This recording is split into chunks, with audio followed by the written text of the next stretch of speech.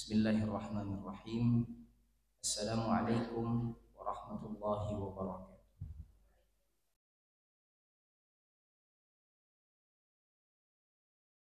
Alhamdulillahi rabbil alamin alladzi wa'adana bil jannati daril muttaqin. Allahumma salli wa sallim wa barik ala 'abdika wa rasulik nabiyyina Muhammadin wa ala alihi wa sahbihi ajma'in. A'udzu billahi minasyaitonir rajim. مثل الجنة التي وعد المتقون تجري من تحتها الأنهار أكلها دائم وظلها تلك عقبى الذين اتقوا وعقبى الكافرين النار. وبعد, alhamdulillah, Ibu kaum muslimat yang mengharapkan ampunan, kasih sayang dan surga Allah Subhanahu wa taala. Kita bersyukur, alhamdulillah, hari ini kembali Allah pertemukan kita di majelis ilmu yang mulia, tempat yang mulia. Semoga Allah Subhanahu wa taala menjadikan kita semua hamba-hamba yang mulia, hamba yang mendapatkan sambutan malaikat-malaikat Allah Subhanahu wa taala. Salamun alaikum bima sabartum fa ni'ma uqbad dar, di depan pintu surga nantinya. Apa kabar ibu semua? Sehat? Alhamdulillah. Semoga senantiasa berada dalam sehat afiat, dan semakin semangat di dalam ketaatan kepada Allah. Ibu sekalian, dalam beberapa menit ke depan kita akan sama-sama kaji satu pembahasan penting, menarik, dan menjadi motivasi bagi kita semua, bahwa Allah Subhanahu wa Ta'ala ketika mewajibkan kepada kita ibadah, wa ma khalaqtul jinna wal insa illa liya'budun, satunya tujuan utama dari penciptaan dan keberadaan kita di bumi ini adalah mewujud menyatakan kehambaan diri kepada Allah. Tidak ada tujuan yang lain. Nah, kalau melakukan satu kegiatan, terkadang banyak tujuannya, kan? Banyak tujuannya. Tapi tujuan dari penciptaan dan keberadaan kita di dunia ini, Allah tadi, wa ma khalaqtul jinna wal insa illa liya'budun. Tidak ada tujuan dari penciptaan jin dan manusia kecuali hanya untuk ibadah saja. Nah, maka seorang muslim melihat ibadah adalah semua gerak-gerik kehidupan, semua aktivitas kehidupan harus bernilai ibadah. Itulah yang menyebabkan baginda Sallallahu Alaihi Wasallam menjadi teladan terbaik, karena beliau memberikan contoh, dan sering kita ulang dalam kajian, bahwa pola hidup Rasulullah Sallallahu Alaihi Wasallam adalah pola hidup ibadah, dimulai dari bangun tidur sampai tidur kembali, semuanya diatur dalam bentuk ibadah. Ini coba kita evaluasi, kita muhasabah, sudahkah pola hidup kita mengikuti sunnah agar bernuansa ibadah. Tidak ada waktu yang sia-sia. Sekiranya ada bisikan rayuan syaitan, manusiawi, dan itu musuh yang nyata bagi kita, tapi segera kita isi dengan ibadah, taubat, istighfar kepada Allah. Nah, ibu sekalian, tujuan penciptaan untuk ibadah ini tidak sia-sia, karena Allah Subhanahu wa Ta'ala menjanjikan untuk kita pahala yang sempurna berupa al-jannah, surga kalau bahasa kita. Kira-kira Bu, kalau kita tanya diri, anak-anak, cucu, surga itu apa? Surga itu apa? Bagaimana dia? Tentu butuh satu pendekatan, satu metode menjelaskan kepada diri, keluarga, anak keturunan kita tentang al-jannah yang menjadi motivasi dari tujuan ibadah kita dalam kehidupan. Di malam pulang sholat isya, saya itu lelah ya, main seharian, tidak tidur siang, pulang lelah sekali, diminta belanja ke sebelah. Wah, banyak alasan. Begitu dikasih satu motivasi, besok uang jajannya tambah. Itu kan besok ya, Masya Allah, seketika itu begini bilang, iya palek, nah, gitu kan? Iya palek. Nah, artinya dia membayangkan satu motivasi besok pagi akan mendapatkan sesuatu yang lebih dari Masya Allah. Padahal sudah lelah sekali dan kelihatan. Nah, kita pun demikian Bu, selelah-lelahnya kita sholat subuh, ngantuk, bangun. nanti kita bahas ya. Bagi hamba saja kepada Allah, zuhur, ngantuk, seterusnya, ada puasa dan seterusnya. Berlelah-lelah kita dalam ketaatan karena Allah katakan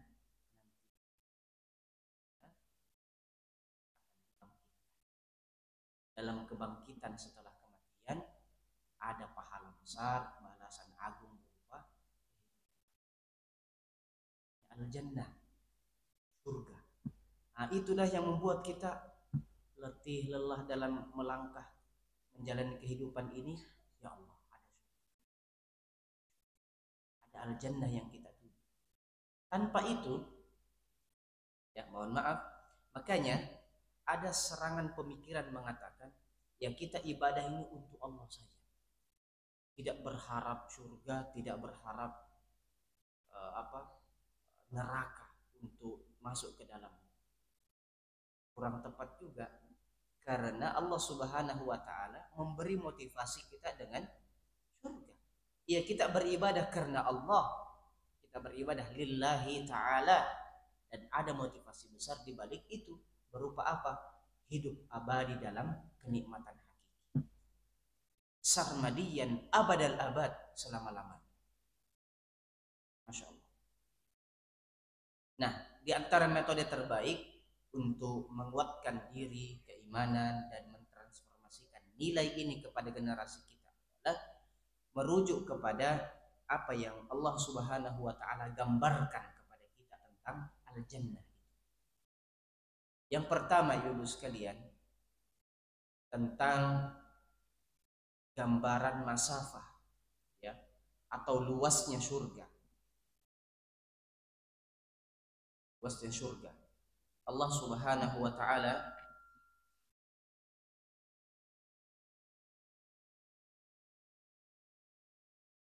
memberikan penguatan kepada kita tentang luasnya surga. Di dalam Al-Qur'an surat Ali Imran ayat 133. Bisa dibuka, ditadabburi surat Ali Imran ayat 133. Allah mengatakan dalam firman-Nya, wasari'u ila maghfiratin min rabbikum wa jannatin 'arduha as-samawati wal ard u'iddat lil muttaqin. Cepat-cepatlah wahai hambaku, jangan terlambat menuju ampunan Allah Subhanahu wa taala dan surga, jannah, arduha as-samawati wal ard, luasnya seluas langit dan bumi. U'iddat lil muttaqin, telah disiapkan hanya untuk orang-orang yang bertakwa. Melihat gambaran luasnya, Bu, seluas apa? Langit dan bumi. Samawat al-ard. Dan langit ini bukan satu. Langit itu 7. Bumi ini juga 7 lapis. Masya Allah. Tidak usahlah kita bicara langit dengan keluasannya. Kita sudah sepakat, Bu, ya, luasnya langit itu. Dalam keilmuan dikatakan bahkan dia meluas dan terus meluas. Cukuplah menjadi gambaran tentang luasnya langit, betapa Allah Subhanahu wa taala memberikan kepada kita satu makhluk yang berada di atas kepala kita tanpa tiang. Tanpa tiang. Karena kalau ada tiangnya bisa kita ukur. Ini berapa masjid ini luasnya? Karena ada tiang-tiangnya bisa kita ukur. Tapi Allah katakan bi ghairi amadin tarawunaha, tentang penciptaan langit, kami angkat di atas kalian tanpa tiang penyangga. Bumi ini, Bu, luas sekali. Bumi ini luas sekali. Balikpapan saja, enggak usah bicara bumi, Bu, Balikpapan saja luasnya ya. Saya tadi dari Gunung Tembak ke sini jam 9 kurang. Saya lihat masih banyak lahan kosong, Banyak daerah yang belum kami kunjungi. Ibu juga mungkin belum pernah ke Pantai Ambalat kan? Sudah ya? Oh, iya. Tapi ada yang belum. Sungai Wain, katanya ada Sungai Wain. Itu dari TK saya dengar, belum pernah saya ke sana. Saking jauhnya, ya menurut saya jauh sekali. Ada masjid Bu, saya disuruh khutbah di kilo 13 Peti Kemas. Jalan tol itu ke sana lagi. Ya Allah, jam 10 dari Gunung Tembak untuk khutbah Jumat di sana. Masya Allah, ada ya masjid di setelahnya akhirat kayaknya ini. Jauh sekali, ya jauh sekali. Belum semua ibu pernah ke Kongbeng, Merau sana, Kaliurang. Masya Allah. Belum semua kita ke Sebatik, Nunukan, ada rumah ruang tamunya di Indonesia, dapurnya di Malaysia. Ya, katanya begitu. Berarti luas kan? Belum semua kita ke Sabang sampai Merauke yang selalu kita nyanyikan. Sabang sampai Merauke, Masya Allah. Nah, berarti luas ini bumi. Belum semua lautan kita seberangi. Belum pernah kita foto bersama dengan jerapah di Afrika. Dan seterusnya. Ya, ada namanya benua Antartika. As-samawati wal ard. Bayangkan luasnya bumi ini ditambah dengan luasnya langit. Subhanallah. Begitulah surga. Pertanyaannya Bu, kita katakan merugi tidak orang yang Allah sudah siapkan lahan seluas langit dan bumi, tapi dia tidak dapat tempat di sana? Merugi atau tidak? Merugi kan? Allah sudah siapkan lahan luasnya seluas langit dan bumi. Ke Jakarta Bu, lihat, ketemu dengan teman-teman, sudah 2 kali janjian mau ketemu, selalu ditolak. Kenapa akhi? Tuh, usah ke rumah, kita ketemu di kafe di mana gitu. Karena subhanallah, ada istilah itu, rumahnya itu yang penting bisa baring saja. Ya, ruangnya itu yang penting bisa baring saja. Karena mentok sana sini, kalau terima tamu lagi kurang etis. Ya, kehidupan di sana lah ya. Makanya ibu kota katanya mau pindah ke tetangga kita. Karena sudah sempit di sana. Untuk daerah yang sempit-sempit saja banyak orang berela-rela demi mencari kehidupan yang mungkin jauh lebih baik di ibu kota. Ya kan? Kenapa kita tidak tertarik dengan kehidupan abadi yang luasnya seluas langit dan bumi? Untuk sepetak tanah di dunia saja yang sifatnya sementara, orang berela-rela Bu untuk mencarinya, membelinya, memilikinya, meskipun dengan cara yang mohon maaf haram. Mengklaim tanah miliknya padahal bukan di situ patoknya, atau membeli dengan cara yang riba dan seterusnya, untuk sepetak tanah yang mungkin dia akan meninggal dunia sebelum membangun rumah di situ. Kenapa kita tidak tertarik dengan tawaran investasi seluas langit dan bumi? Maka bisa kita katakan wallahu ta'ala a'lam bahwa orang yang merugi adalah orang yang telah Allah siapkan untuknya lahan seluas langit dan bumi, lalu dia tidak mendapat tempat, lalu memilih bersempit-sempit di neraka. Ini penting menjadi motivasi kita bahwa alhamdulillah kita punya rumah, punya tanah di dunia dan bersifat sementara. Allah sudah siapkan untuk kita jannah arduha as-samawati wal ard, seluas langit dan mudah-mudahan ibu sekalian kita semua mendapatkan lahan ya, kaplingan nanti di al-jannah, di surga Allah Subhanahu wa taala. Alhamdulillah. Dan saya yakin perumahan di surga itu tidak kayak perumahan di Balikpapan ya. Sama. Nanti kita bahas ya bagaimana perumahan yang ada di surga yang sudah Allah siapkan. tanpa KPR dan seterusnya. Kita beli dengan amalan-amalan saleh yang kita lakukan. Ini berkaitan dengan luasnya surga. Kemudian gambaran berikutnya tentang kondisi alam yang ada di dalam al-jannah. Dalam surat Ar-Ra'd ayat 35, surat Ar-Ra'd ayat 35, Allah Subhanahu wa taala berfirman, "Matsalul jannati allati wu'idal muttaqun."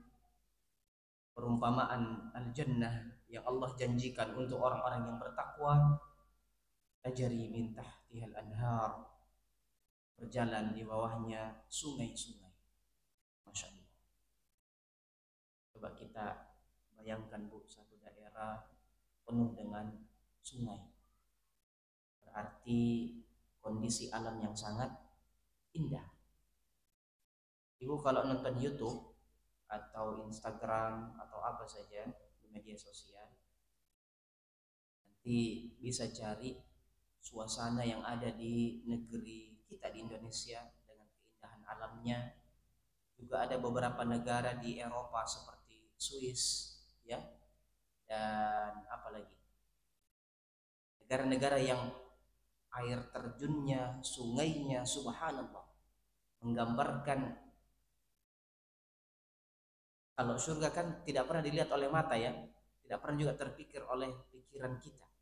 Tapi paling tidak ada pendekatan pemahaman bahwa bagaimana indahnya surga kalau dunia saja seperti ini.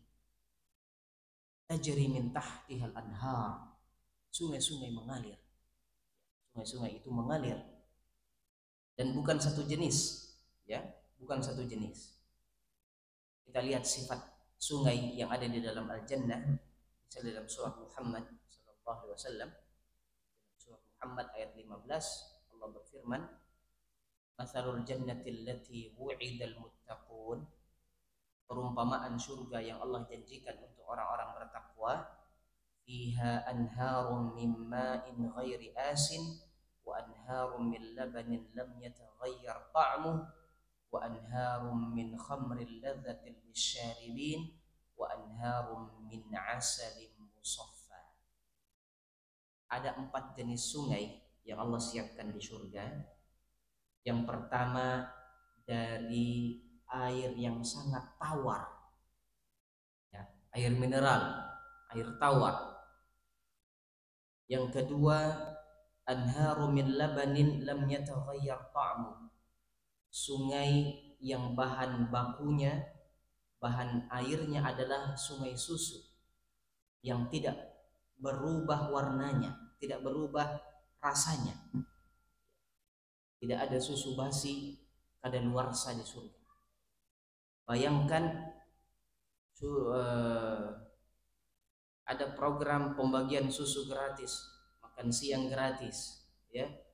Kita belum tahu betapa anggarannya itu, ya, naik turun anggaran dan seterusnya. Tapi surga menjanjikan sungai. Pernah lihat sungai mengalir, Bu? Kalau kita ke Mahakam kan, ke Samarinda kan, sungai apa itu? Sungai batubara, ya kan? Ngalir batubaranya itu, masya Allah, sungai batubara. Kita lihat sungai coklat, ya, sungai susu coklat. Ya, tidak dijelaskan warnanya seperti apa, tapi umumnya susu itu putih. Kita bayangkan ada sungai dari susu yang tidak berubah rasanya, ya, tidak rusak. Kita bayangkan, Bu, pepatah mengatakan menyelam sambil minum. Itu di surga itu, Bu, bukan di Mahakam sini, ya. Menyelam sambil minum air susu, minum air mineral, dan tidak ada yang tenggelam di surga. Tidak ada orang tenggelam, karena tenggelam berarti menyakitkan, meninggal, dan tidak ada lagi orang mati di surga. Coba bayangkan itu, Bu, kita menyelam sambil minum air telaga, sambil minum air susu bersama anak cucu, masya Allah, dengan keluarga, dengan pasangan kita. Luar biasa, luar biasa. Dan tidak bisa dibayangkan kan, ibu beli susu kaleng, susu botol, susu apa itu, baru dialirkan jadi sungai. Tidak tergambar. Semuanya adalah nikmat abadi dari Allah. Laban. Yang ketiga adalah wa anharum min khamrin ladzatil lisyaribin. Sungai dari khamar, arak, ya, yang hari ini memabukkan. Kata Nabi SAW, siapa yang minum khamar di dunia, dia tidak akan minum di akhirat. Artinya tidak masuk surga. Hanya jangan kita minum khamar, nggak boleh. Kalau di dunia memabukkan, kalau khamarnya surga, ladzah lisyaribin, memberi kenikmatan untuk orang yang meminumnya. Apa yang diharamkan di dunia ternyata untuk membuat kita penasaran dan menikmati kehidupan abadi nanti dengan khamar itu. Kalau di dunia nilainya adalah negatif, di surga nanti kita semua menikmatinya. Mohon maaf Bu, kalau ada pemuda datang gagah, banyak uangnya, tapi peminum, bagaimana kira-kira mau dijodohkan dengan anak kita? Tidak mau kan? Kenapa? Peminum. Meskipun kita belum tahu minum apa dia, yang jelas peminum. Itu kalau sudah dibilang gagah, kerjain, tapi mohon maaf peminum, wah itu sudah lain-lain pikiran kita. Kalau di surga nanti peminum semua kita Bu, bahkan penyelam sambil peminum, ya. Nah ini luar biasa, surga air putih, surga susu, sungai air putih, sungai susu, dan sungai khamar, ditambah satu lagi wa anharum min asalin musaffa, sungai yang bahan airnya adalah madu murni. Masya Allah. Yang dibayangkan madu lengket-lengket kita berenang ya. Bayangkan saja, kan cara minum madu itu kan diantaranya wallahu ta'ala alam, kita campur dengan air kan, diaduk supaya larut dan enak. Bayangkan Bu, asal musaffa, madu yang sudah ditasfiyah, tasfiyah itu disaring murni-murninya saja, dilarutkan dalam sungai abadi. Ya Allah, apa enggak tambah kuat berenang kita itu Bu, kalau sambil minum madu, ya luar biasa. Siapa yang tidak tertarik dengan sungai yang 4 ini, ya luar biasa. Bulan lalu Muharram, awal Muharram kemarin kami ke Solo, kita lihat sungai Bengawan, ya, sungai-sungai di Jawa, masya Allah, ya. Bagaimana dengan surga abadi? Dan sekarang sudah ada, karena Allah katakan uiddat, sudah ada, fi'il madhi, sudah disiapkan, sudah ada dan sudah mengalir sungainya. Kalau kita nanti baca surat Al-Baqarah, di sana banyak juga sifat-sifat surga. Di antara penjelasan menarik dari tafsir Ibnu Katsir rahimahullahu taala, Imam Ibnu Katsir menjelaskan bahwa ketika penghuni surga sudah masuk ke surganya, Allah berikan kekuasaan untuknya untuk mengatur jalur sungai yang ada di istananya. Jadi ibu, mohon maaf ya, ibu insyaallah ta'ala, dan kita doakan kita semua menjadi penghuni surga ya. Ibu ketika nanti sudah dikasih SK, sini Bu ya, istananya di sini, alhamdulillah ada suami, ada anak, ada cucu, lengkap semua dengan keluarga besar kita. Ibu diberikan kekuatan oleh Allah Subhanahu wa taala, kekuasaan untuk mengatur jalur sungai. Saya mau sungai susu ini ngalir di bawah ranjang ya. Nah, jadi tinggal saya mau ya Allah khamar ini zigzag daerah di belakang dapur ya. Saya mau sungai apa lagi, sungai madu ini mengitari istana. Allah, kehidupan yang Disney pun tidak mampu menggambarkan. Kita yang insya Allah Ta'ala penghuni surga nanti mengatur itu semua. Semau kita, seindah yang kita inginkan. Nah, ini gambaran sungai yang abadi yang Allah berikan. Tajri min tahtihal anhar. Bumi surga yang bukan bumi ya, atau negeri surga al-jannah yang dialiri sungai itu menyebabkan tanahnya menjadi subur. Maka hasilnya adalah ukuluha daimun wa dhilluha. Pohon-pohon yang tumbuh di sana dengan keindahan dan kesuburan tanah, sungai yang terus mengalir dengan 4 jenisnya tadi, menyebabkan buah-buahnya selalu menghasilkan, pohon-pohon yang menghasilkan buah tanpa kenal musim. Buah dari pohon itu selalu ada, ukuluha daimun, selalu ada, dipetik ada lagi dan tidak ada habis. Masya Allah. Kita tunggu durian agak murah bulan berapa, Bu? Ya, karena ada musimnya. Yang berbahaya di dunia itu kalau buah tidak ada musimnya, karena sudah direkayasa ada terus. Di antara nasihat untuk mengkonsumsi buah adalah memakan buah sesuai musimnya. Itulah sehatnya di situ. Jangan sampai ada buah ada terus. Wah, kalau tidak diawetkan, direkayasa dengan cara yang lain. Sementara surga Allah katakan ukuluha daim wa dhilluha, ya, dhilluha, teduhnya surga itu abadi. Ya. Bahkan dikatakan kita tidak bisa melihat kita tidak membutuhkan cahaya matahari di sana. Kenapa? Karena dedaunan ranting-ranting pohon surga itu kathifah, ya, rimbun. Kita pernah ke Taman Raya Bogor, meskipun masih masuk cahaya matahari di sana, tapi satu gambaran betapa sejuk teduhnya itu taman raya itu. Dan seterusnya kita lihat ada namanya, kalau di sini kan Bukit Soeharto, ada juga di, kalau kita ke IKN itu sebelah kiri namanya Bangkirai, ya, Masya Allah. Kalau surga kata Allah Subhanahu wa Ta'ala ukuluha daimun wa dhilluha, ya, teduh, sejuk. Makanya kita di sana tidak merasa kepanasan karena matahari. Ya. Kalaupun ada keringat penduduk surga menghadirkan aroma yang luar biasa, menjadi parfum.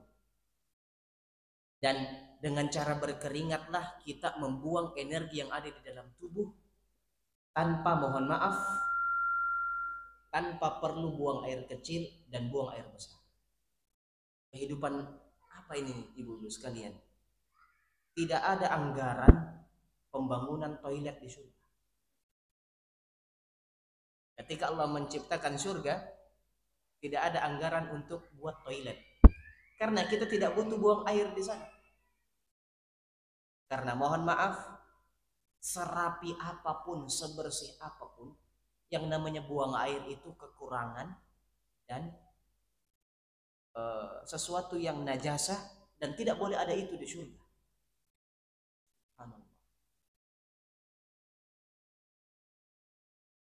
Suci terus, bersih terus, tidak ada buang air di sana.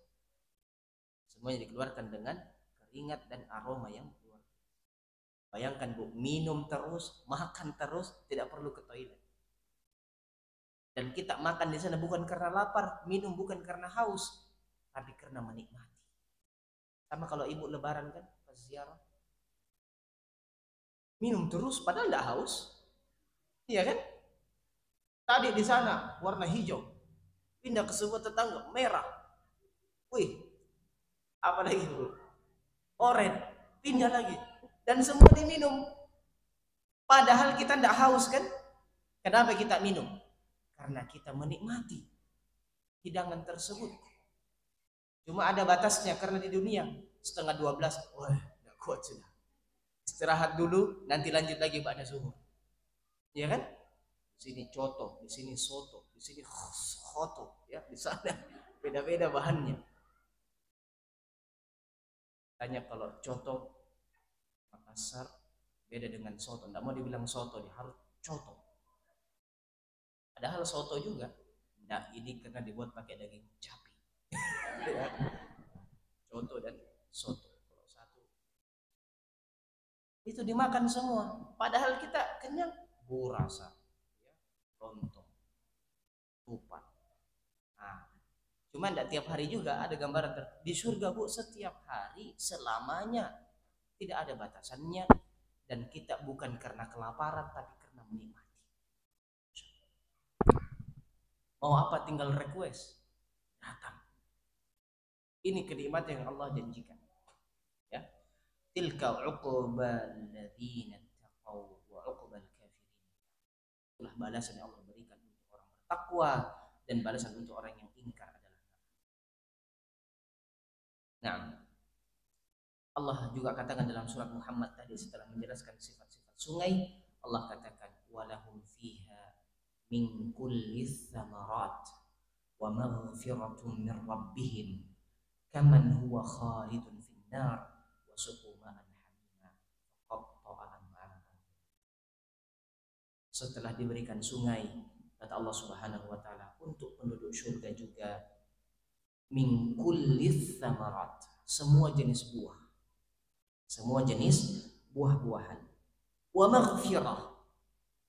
Nah, ini luar biasa. Maghfirah itu, ampunan berupa maghfirah adalah Allah Subhanahu wa taala hapuskan kesalahan kita, tutup aib kita, dan tidak pernah diungkit-ungkit lagi. Itu kesempurnaan maghfirah yang Allah berikan kepada penduduk surga. Perbandingannya dengan penduduk neraka adalah sukuma'an hamima. Kalau orang di neraka diberikan minum, kalau dia minta minum, berupa air yang sangat panas, yang ketika diminum qatta'a am'a'ahum, tercabik-cabik, terpotong-potong ususnya. Penduduk neraka kalau minum, diberikan minum air yang sangat panas, airnya itu memotong-motong usus mereka, dikembalikan lagi, disiksa, kehausan, dikasih minum lagi air panas, dan seterusnya. Perbandingan terbalik antara kenikmatan surga dan dahsyatnya adab neraka. Ibu sekalian yang dimuliakan Allah Subhanahu wa taala, tentu masih banyak ya sifat-sifat lain dari surga yang Allah Subhanahu wa taala janjikan untuk kita. Di antaranya tentang bangunan. Ya. Dikatakan dalam riwayat yang sampai kepada kita, Nuniyat Ibnu Qayyim rahimahullah taala pernah mengatakan, hiya jannatun tabat wa taba na'imuha fa na'imuha baqin wa laysa bifani. Hiya jannatun tabat wa taba na'imuha fa na'imuha baqin wa laysa bifani wa bina'uha labinatu min wa ukhra fiddatin naw'an. Surga yang indah dan baik penghuninya, di antara cirinya adalah bangunan istana surga, batu batanya tersusun dari batangan-batangan emas dan perak. Itu baru sifat dindingnya, Bu. Kalau kita ketok ini dinding, apa kira-kira isinya? Batu bata ya, atau bata ringan, bataku. Itu di surga, batangan emas yang selama ini kita jadikan standar tinggi investasi. Wah, kalau sudah punya batangan-batangan emas 5 kilo, luar biasa sudah itu. Ya. Di surga hanya dijadikan sebagai batu bata dindingnya istana kita. Coba cari nanti, Bu, referensi bangunan apa di bumi ini yang dindingnya dari batangan-batangan emas dan perak. Ada ya kira-kira? Kalau ada, sulit dibayangkan bagaimana penjagaannya, ya kan? Nah, di surga itu rumah-rumah kita nanti Bu, istana kita itu batangan-batangan emas dan perak, nawa'ani mukhtalifah. Kalau batu batanya saja sudah batangan emas, tidak usah lagi kita bahas tentang bagaimana sofanya, bagaimana dapurnya, bagaimana kamarnya, ya. Karena Allah katakan pasirnya, kerikilnya, pasir yang ibu nyapu tiap hari di rumah itu, anak-anak tidak pakai sandal, naik bolak-balik nyapu. Kata Allah Subhanahu wa taala lewat sifat-sifat yang sampai kepada Nabi dan sampai kepada kita, pasir kerikil yang ada di hamparan surga adalah mutiara-mutiara yang dihamburkan,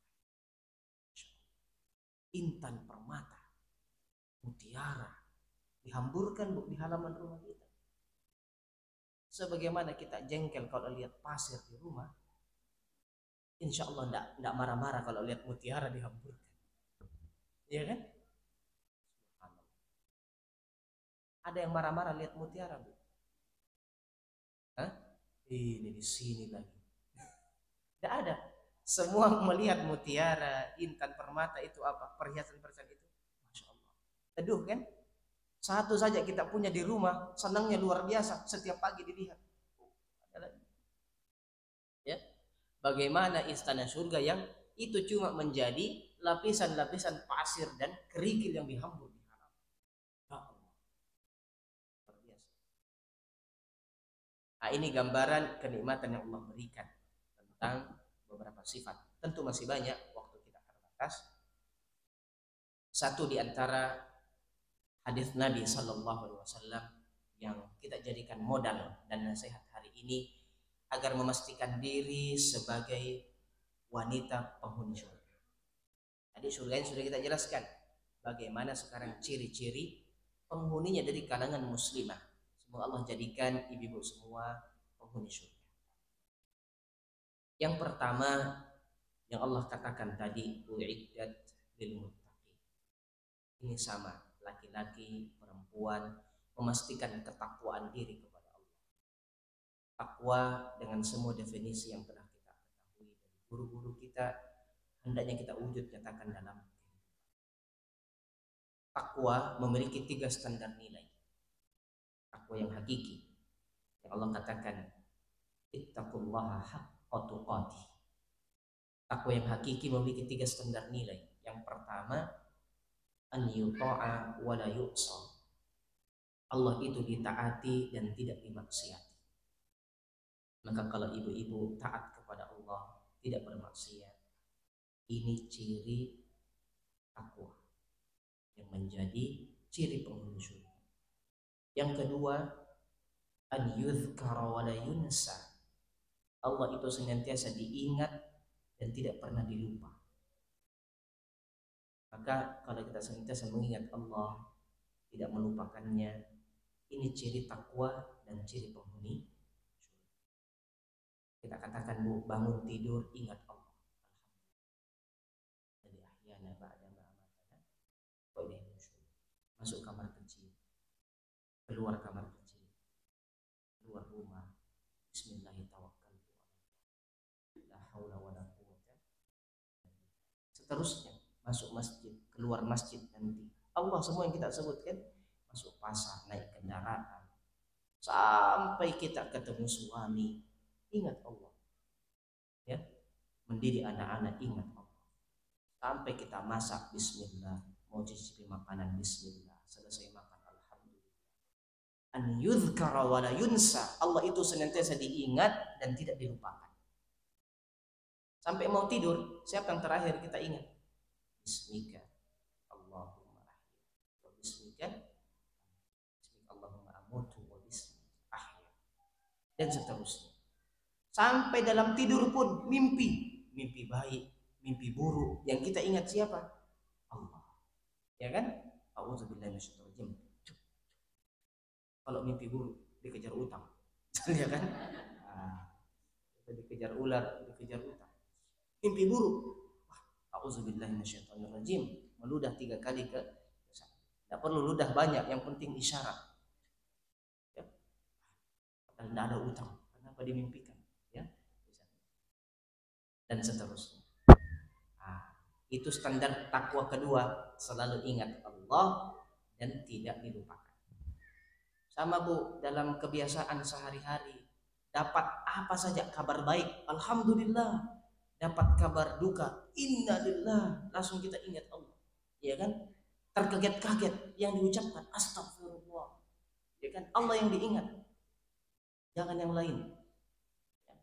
Karena ungkapan-ungkapan yang keluar dari lisan itu tergantung pada kebiasaan yang kita kebiasakan senantiasa mengingat Allah.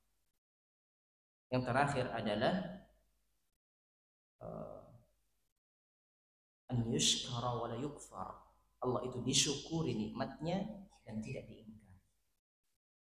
Disyukuri nikmatnya dan tidak diingkari. Dan bentuk kesyukuran yang paling baik adalah menambah ketaatan kepada Allah. Bentuk kesyukuran yang paling baik adalah menambah ketaatan kepada i'malu ala Dawud syukra. Allah mengajarkan cara syukur, cara bersyukur kepada Daud dengan i'malu, berbuat kebaikan. Berbuat kebaikan sebagai bentuk kesyukuran. Nah, kalau 3 ini kita laksanakan, menaati Allah dan tidak bermaksiat, mengingat Allah dan tidak melupakan, mensyukuri nikmatnya dan tidak ingkar, biiznillah kita telah menjalankan takwa yang hakiki, dan itulah ciri utama penduduk surga al-jannah. Dalam satu hadis sebagai penutup, Rasulullah sallallahu alaihi wasallam memberikan ciri gambaran wanita penduduk surga. Qala alaihi salatu wassalam, jika seorang wanita pertama menjaga salat 5 waktunya, berpuasa bulan Ramadannya, yang kedua, yang ketiga menjaga kehormatannya, menjaga kemaluannya, kehormatannya, yang keempat menaati suaminya, ya, menaati suaminya. Nah, ini 4 poin Bu. Pertama tadi apa? Menjaga salat 5 waktunya. Yang kedua apa? Puasa Ramadannya, kalau dia halangan diganti, ya, setelah selesai Ramadan, ya, bayar fidyah kalau dibutuhkan dan dibolehkan secara syariat. Yang ketiga apa? Menjaga kehormatannya, ya. Yang keempat menaati suaminya. Apa kata Nabi SAW? Maka akan dikatakan kepadanya, masuklah engkau ke dalam surga dari pintu mana saja. Masuklah ke dalam surga dari pintu mana saja. Ada berapa pintu surga? Ada 8, ya. Pintu neraka ada 7. Lebih banyak pintunya surga Bu. Kalau ibu-ibu, akhwat, muslimat semuanya menjalankan 4 wasiat Nabi tadi, disiplin sholat 5 waktu, ketika Ramadan berpuasa, menjaga kehormatan, kemaluan, kemudian menaati suami, biiznillahi ta'ala, janji Allah pasti, dan Allah tidak pernah mengingkari janjinya. Silahkan pilih dari pintu mana saja masuk ke dalam surga Allah subhanahu wa ta'ala. Hadis riwayat Imam Ahmad rahimahullahu ta'ala. Demikian ibu sekalian kajian kita untuk kesempatan mulia ini. Mudah-mudahan apa yang kita bahas hari ini menambah keimanan kita tentang adanya keberadaan surga. Karena di tengah globalisasi, ya, informasi, kita akan dapatkan serangan-serangan pemikiran yang mengatakan bahwa ambil semuanya di dunia ini, karena kalau sudah mati sudah tidak ada lagi cerita. Omong kosong itu kehidupan setelah kematian, tidak ada. Pemikiran-pemikiran seperti ini juga pernah dilakukan disampaikan oleh orang-orang sebelum kita. Mana mungkin katanya, ya sudah jadi tulang belulang mau dibangkitkan lagi, omong kosong. Sementara Allah Subhanahu wa taala mengatakan semuanya adalah mudah. Semuanya adalah mudah dan akan dikembalikan dengan sosok yang sempurna, bahkan lebih sempurna untuk penduduk. Al-jannatu haq, ya. An-naru haq. Al-waznu yawma idzinil haq. Timbangan, hisab, surga, neraka itu hak, ya, benar adanya. La raiba fiha, tidak ada keraguan di tidak. Terima kasih atas waktu yang diberikan. Maksimalkan usia kita dengan mewujudkan nilai-nilai takwa yang 3 tadi, ya, agar kita memastikan diri sebagai penduduk. A'udzubillahi minasyaitonir rajim. Faman ya'mal mithqala dzarratin khairan yarah wa man ya'mal mithqala dzarratin syarran yarah. Barakallahu fikum wa sallallahu wasallam ala nabiyyina Muhammad wa ala alihi wa sahbihi ajma'in. Walhamdulillahi rabbil alamin. Assalamualaikum warahmatullahi wabarakatuh.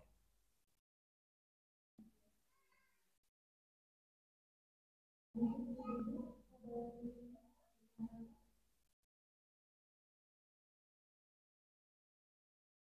wabarakatuh.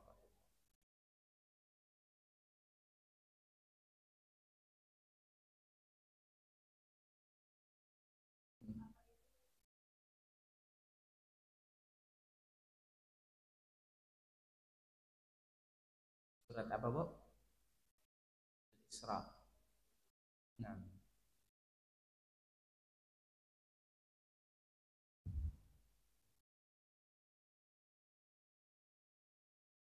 nah, baik. Ya, ini berkaitan dengan al-jannah juga, ya.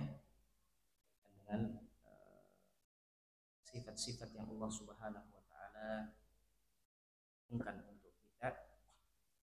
Di antara ciri yang bisa kita tambah dari penduduk surga juga banyak dalam surat Al-Isra, yang ciri utama selalu melibatkan tadrib ruhani yang ada pada malam hari. Ada pada malam hari dengan qiyamul lail.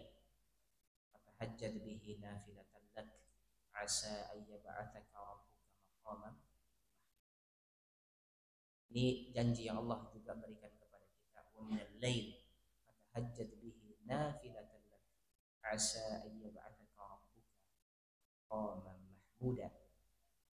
Dari sebagian malam jangan begini, jangan satu malam itu dipakai tidur terus atau bergadang terus, kerja terus. Tapi sebaliknya, minal lail fatahajjad, ambil waktu untuk bertahajud sebagai bentuk nafilah, amalan tambahan, dengan yang menjadi modal Allah mengangkat kita kepada maqam mahmuda, maqam yang terpuji di dunia dan yang terpuji di akhirat berupa al-jannah. Sifat utama dari penduduk surga juga adalah hajjada, orang yang bertahajud, menghidupkan sebagian malamnya dengan taatan.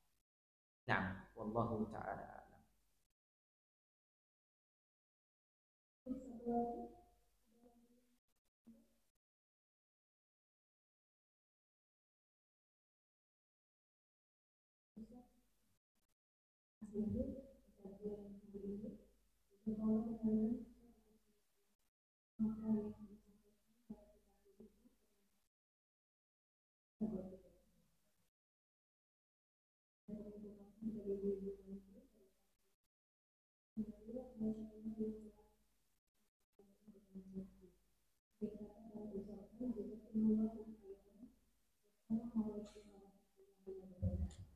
Waalaikumsalam.